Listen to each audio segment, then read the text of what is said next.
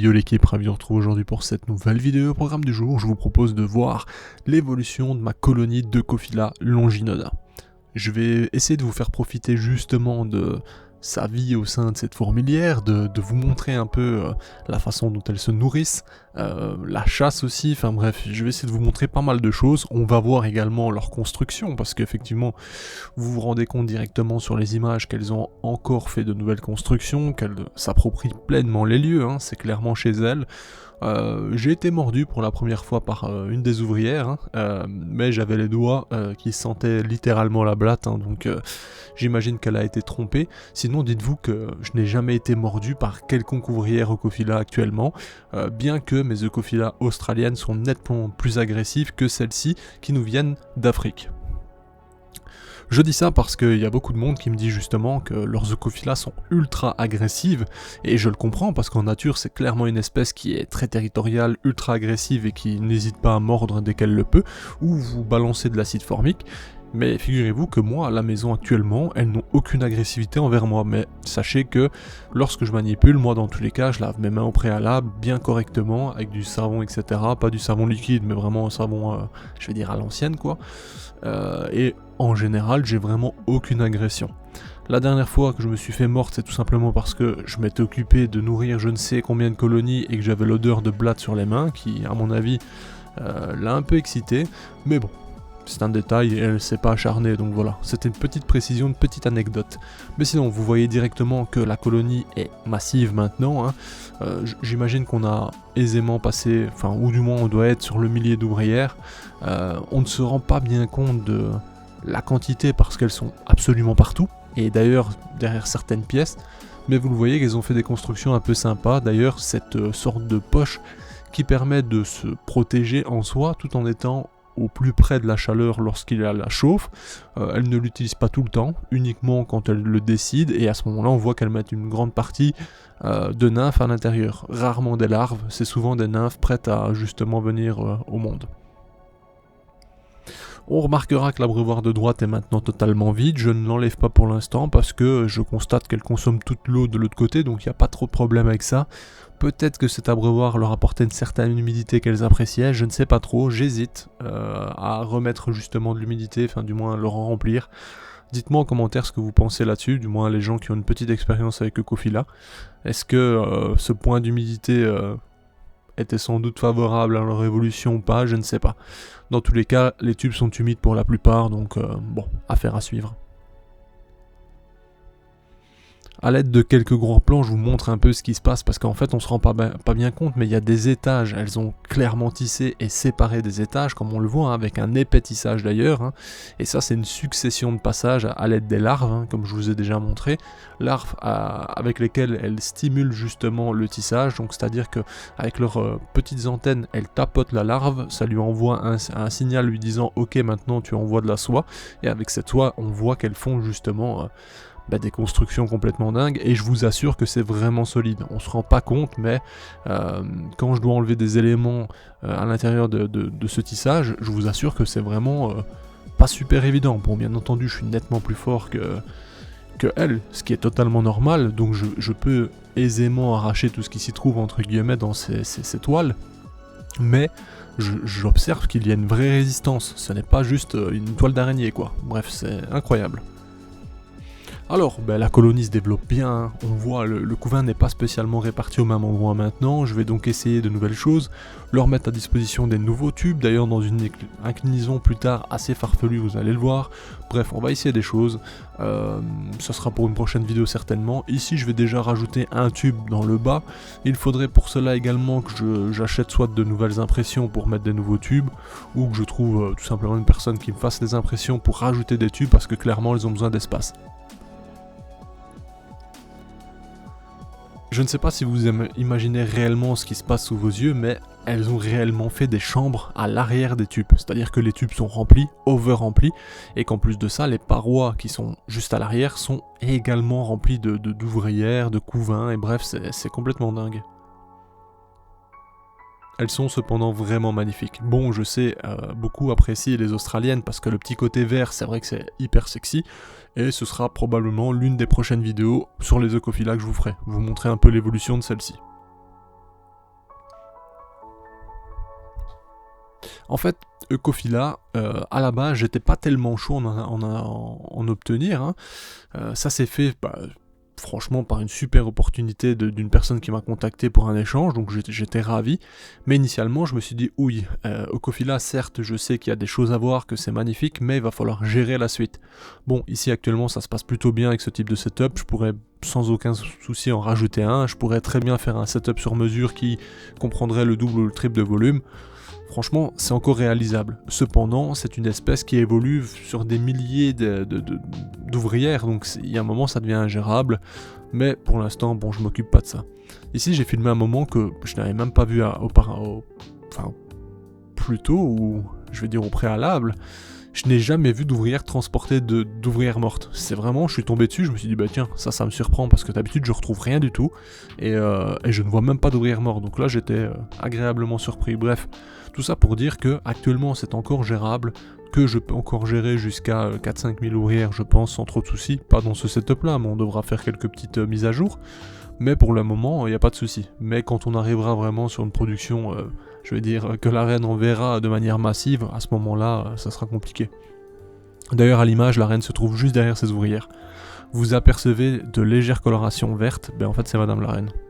Alors, je ne sais pas si dans la vidéo vous allez vraiment pouvoir l'observer, personnellement je l'ai aperçu de temps en temps, mais j'ai même plus idée de quand et à quel moment, donc si certains d'entre vous la voient dans la vidéo, dans les images, n'hésitez pas à me mettre un timecode, et limite le partager dans les commentaires pour les autres, comme ça les autres personnes pourront également la voir facilement. Bien entendu, avec le temps, elle va être de plus en plus discrète parce que y a tellement d'ouvrières, tellement de monde, tellement de couvains que ça devient de plus en plus compliqué. Cependant, je suis vraiment ravi de cette évolution. Et de cette reprise, hein, surtout, rappelez-vous qu'on avait eu un pépin qui avait entraîné la mort d'une bonne centaine d'ouvrières. Maintenant, c'est loin derrière. Hein. Ici, je vous montre. En fait, ce coton qui n'a rien à faire là, en fait, je l'utilise soit pour mettre de l'eau, soit pour mettre du liquide sucré de temps à autre. Et je vais vous montrer à quelle vitesse, tout simplement, lorsqu'il y a de la nourriture qui est mise, elles vont, je vais dire, comprendre le message, sentir ce sucre et venir s'en régaler. Vous allez voir que c'est quand même assez affolant. En général, en quelques secondes, j'ai déjà une dizaine d'ouvrières. En 1 minute ou 2 minutes, il y en a un bon nombre derrière. Bref, c'est complètement dingue. C'est pas la prise d'image la plus folle, hein, bien entendu. Bon, c'est pas super quali, mais vous allez voir que ça va vite se ramener et on remarquera déjà, je vais dire, qu'elles sont toutes excitées, toutes émoustillées en mode ok, il se passe quelque chose. D'ailleurs, on voit toutes les ouvrières qui viennent de droite. Très clairement, elles ont senti que quelque chose s'était passé. Et la communication, au final, elle va extrêmement vite. Hein. C'est impressionnant. L'alimentation d'ailleurs, c'est tous les jours pour elles maintenant, parce qu'elles consomment des quantités complètement dingues. Hein. Elles ont essayé de faire une évasion, comme vous voyez à droite là. En fait, elles ont la capacité de faire des ponts de fourmis, c'est-à-dire que pour rejoindre une partie ou l'autre, elles n'hésitent pas à s'entremêler, c'est-à-dire qu'une ouvrière monte sur le dos de l'autre, entre les deux il y a une sorte d'ouvrière qui tient les pattes d'une ou l'autre, enfin bref, elles s'entremêlent et n'hésitent pas d'ailleurs à se mordre pour se tenir l'une l'autre et faire des ponts. Elles ont essayé de me faire un pont pour tout simplement atteindre la sortie. C'est-à-dire qu'au-dessus, il y a un couvercle, hein, mais tout cet endroit est rempli de paraffine. Pour éviter cette paraffine, elles avaient commencé un pont, tout simplement pour me passer un message en me disant ok, il faut augmenter la fréquence de nourrissage, parce que très clairement, tous les 2-3 jours, ça marche plus, il faut envoyer tous les jours, bref. En fait, elles essayent pas de s'échapper. Chez moi, elles essayent jamais de s'échapper, uniquement quand elles manquent de bouffe. Très clairement. Si je vois qu'il y a une accumulation vers le couvercle, c'est qu'elles réclament de la bouffe. Ça, c'est toujours pareil. Mais franchement, c'est assez rare, donc j'estime que le nourrissage convient pour l'instant. Et là, vous voyez, hein, ça fait à peine quelques secondes, voire une minute peut-être. Et on remarquera directement l'accumulation. D'ailleurs, on peut remarquer que maintenant, les ouvrières sont nettement plus grandes qu'avant. Non, franchement, c'est génial.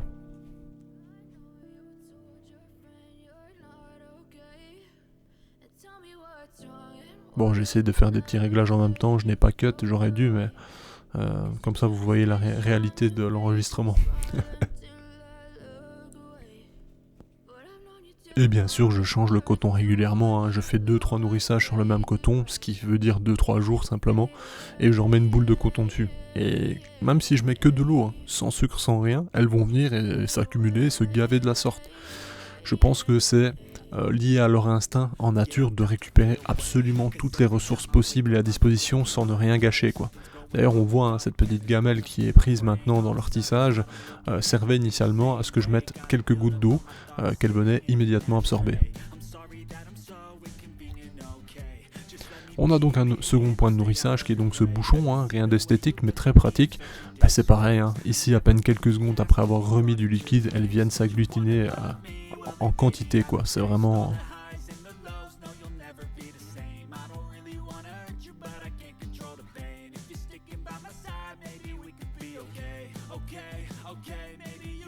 Elles sont quand même vraiment magnifiques, hein. Je sais pas ce que vous en pensez vous, mais je trouve que Eucophila, c'est vraiment très sympa, très atypique, il y a vraiment beaucoup observé, c'est constamment en activité, c'est vraiment chouette.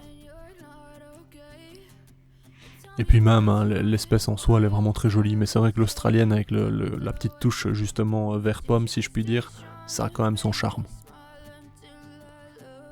Et elles vont se gaver comme ça de longs moments, et ce, tous les jours elles se gavent comme ça, c'est complètement dingue. Alors, il y a aussi d'autres choses à voir avec elles, hein, qui, dans un autre setup, j'imagine, leur permettrait de faire des choses. Cependant, les boules, vous savez, en osier, en rotin, etc., que j'ai mis au milieu, pour Eucophila, je pense sincèrement que ça ne sert à rien du tout. Elles ne s'y intéressent pas du tout. En fait, j'ai remarqué qu'elles aimaient quand même une certaine humidité, donc il faut se dire, certes, dans le désert, enfin dans le désert non, je dis des bêtises, mais c'est en Afrique par exemple, dans des lieux c'est semi-tropical par moment, enfin bref. Donc il y a une certaine humidité qu'il ne faut pas garder, enfin qu'il ne faut pas oublier, pardon, et surtout il faut penser que il y a des points où lorsqu'elles sont exposées au soleil, ça tape genre à 35-40, puis la nuit ça redescend ça peut redescendre très très frais. En fait il y a tellement de changements climatiques que des fois on peut être perdu, on peut être dans le flou. Moi au final ce que je fais c'est que je vise 28 environ, avec une chaleur à 32 dans le bas, toute la journée, et ce de 7h en matin jusqu'à 21h. Au-delà, je coupe et je laisse à température ambiante, donc qu'importe les températures qu'on va avoir, je vais dans la pièce, bah ce sera comme ça et ça ira très bien. Donc des fois faut pas trop se prendre la tête, j'ai envie de dire, il y a certaines espèces qui demandent vraiment des détails plus précis, qui vont grandement augmenter vos chances de succès, mais mon observation actuellement avec Eucophila longinoda ou même les Smaragina australiennes, c'est que ces températures donc, qui vont de 27 je vais dire à 32 leur convient parfaitement. La seule différence que je remarque, c'est que Longinoda dans les débuts appréciait aller proche des 32, maintenant elles sont plus trop dans cette optique, elles s'en foutent un peu. Par contre, les Smaragina, donc australiennes, elles ramènent très souvent le couvain directement sur les 32, donc voilà, il y a des petits points différents. C'est quand même hyper intéressant, je trouve. Je me suis un peu emmêlé dans mes explications, j'espère sincèrement que vous avez compris. En fait, c'est parce que des fois je me perturbe, je réfléchis en même temps que je parle, et des fois j'aborde un point, mais dans ma tête je le modifie en même temps, c'est-à-dire que je me dis ah non attends, c'est vrai que là il faut apporter des précisions, et donc on arrive sur des des mots où vous vous dites mais attends il s'embrouille tout seul là, et effectivement je m'embrouille tout seul. Et donc vous voyez, hein, je mets plusieurs points de nourrissage comme ça un peu partout dans leur setup, et franchement ça marche bien. Le seul truc que j'ai un peu peur, c'est que à force de marcher sur l'acrylique, etc., elle ne se... Enfin voilà, l'acrylique, on le sait, c'est pas top non plus comme matériau, c'est fait quand même avec, à la base, avec des choses pas très très saines, on va dire, pour nos insectes, et j'ai peur que, à force, ça devienne un peu trop toxique pour elle, je ne sais pas du tout. Hein. Ce n'est qu'une supposition, mais je sais pas. À voir par la suite, si j'ai des mortalités inexpliquées, etc., on pourra mettre une petite pièce là-dessus, faudra faire attention quand même. Et là, vous voyez, hein, la face avant, bon, ben forcément, il y a des ouvrières qui passent devant l'objectif, etc., mais dans ces tubes, on se rend pas compte de la quantité de fourmis entassées. En fait, elles sont vraiment des centaines à se réfugier à l'intérieur. c'est complètement dingue. Cependant, ce qu'on peut remarquer, c'est qu'elles ne boivent pas du tout à ces cotons et à ces réserves intérieures des tubes. Elles ne font que boire dans les abreuvoirs et les sources de liquide que je mets en extérieur. Ça, c'est déjà pas mal, parce que je vous assure qu'une telle colonie qui boit justement via le coton des réserves, les tubes seraient déjà vides depuis très longtemps. Donc ça, c'est une petite chose qui, je trouve, très bien. On remarquera les pontes, on voit il y a des tas d'œufs vraiment assez immenses. Donc comme je vous disais, je peux pas vous montrer l'ensemble du couvent en une fois, parce qu'il est vraiment réparti à plusieurs endroits, donc c'est quasi impossible. Mais on ressent la nécessité d'ajouter justement, je pense pour bien faire, 2 à 3 tubes. Bon, après, elles s'adaptent facilement, donc faut pas s'inquiéter. Elles ont la capacité de créer un nouveau lieu, je vais dire, où elles vont stocker du couvain, comme je vous ai déjà montré dans d'autres vidéos. Donc pour ça, faut pas se tracasser.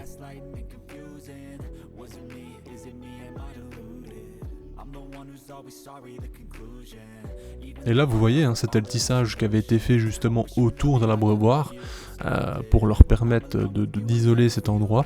Et depuis qu'il n'y a plus d'eau à l'intérieur, elles ont totalement cassé celui-ci. Alors, à partir de là, j'ai 2 hypothèses. Est-ce qu'elles voulaient limiter justement par ce tissage la diffusion de l'humidité, ou est-ce qu'elles voulaient accentuer justement l'humidité dans cet endroit qui amenait jusqu'au tube? Ça, il y a 2 hypothèses là-dessus. Dites-moi un peu ce que vous en pensez. Est-ce que leur but était d'isoler ou d'accentuer? Je ne sais pas. Bref, est-ce que c'était de réduire celle-ci? Je sais pas. Pour moi, c'est plutôt l'inverse. Mais bon. Alors, ici, faites attention pour ceux qui sont sensibles. On va nourrir au vivant. Donc là, j'ai littéralement mis des blattes à l'intérieur vivantes. Et en littéralement 10 secondes, donc je n'ai même pas le temps de filmer, de vous montrer le déplacement, qu'elles les ont déjà attrapées. Une chose importante, le but c'est pas de voir des insectes se battre ou de s'attraper, on s'en fout de ça, c'est pas l'idée, c'est juste de vous montrer avec quelle dextérité, avec quelle facilité elles ont le fait d'attraper des insectes pour nourrir leur propre colonie. En nature c'est pareil, elles attrapent d'autres fourmis, d'autres insectes, etc. et s'en nourrissent très rapidement. Mais ici, franchement, d'ailleurs, quand je vous dis 10 secondes, je rigole pas. C'est-à-dire que là, j'ai pris les blattes, je les ai mis dedans, le temps de réactiver le téléphone pour filmer, etc., c'était déjà fini. Tout le monde était attrapé. Donc ce que j'ai fait, c'est que je vais prendre une blatte à part, je vais vous montrer, vous allez voir le déplacement et le temps que ça va prendre pour qu'elle soit attrapée, sachant qu'il y a déjà, je vais dire, 100 voire 200 ouvrières qui sont en train de s'occuper d'autres blattes, bref.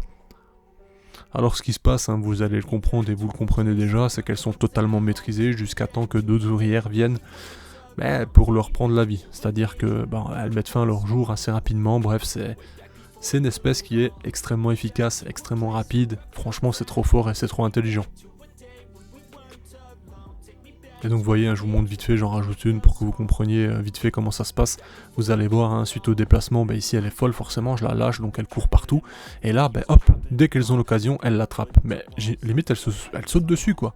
Et quand c'est ainsi, il y a d'autres ouvrières qui peuvent s'accrocher entre elles, c'est-à-dire que les ouvrières s'accrochent l'une l'autre pour être plus solides, plus résistantes sur leurs appuis, on va dire.